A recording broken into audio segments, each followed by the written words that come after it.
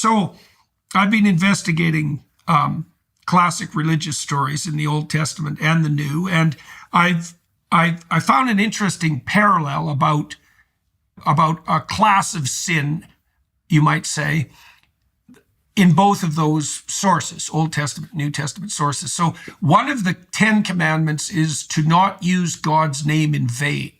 And you see, people think that means don't curse. That's the popularized idea, but that isn't what it means.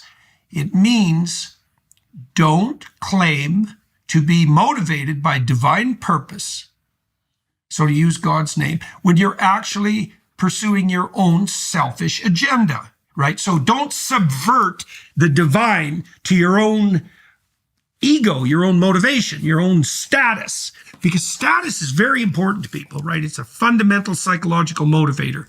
And status determines longevity, for example, and status determines mating attractiveness among men, socioeconomic status.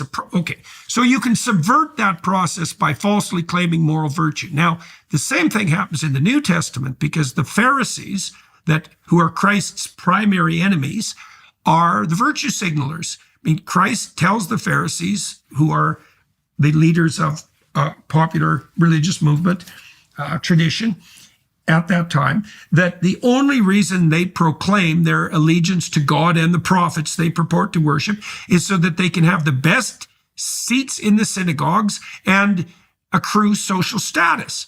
And he compares them to tombs that are whitewashed on the outside and full of rot on the inside. And it's actually that accusation. That's one of the primary reasons that he ends up crucified. So the reason I'm telling you this, it might seem a bit obscure, but the reason that I'm bringing this up is because I don't think that we've come to grips with how powerful the temptation to accrue moral status falsely, so that's reputational status, how deeply seated and absolutely destructive that is. And absent a better explanation, and Rob Henderson, of course, who you pointed out, has touched on this with his idea of what's the name of his... The luxury belief class. The luxury belief class. Look how good I am.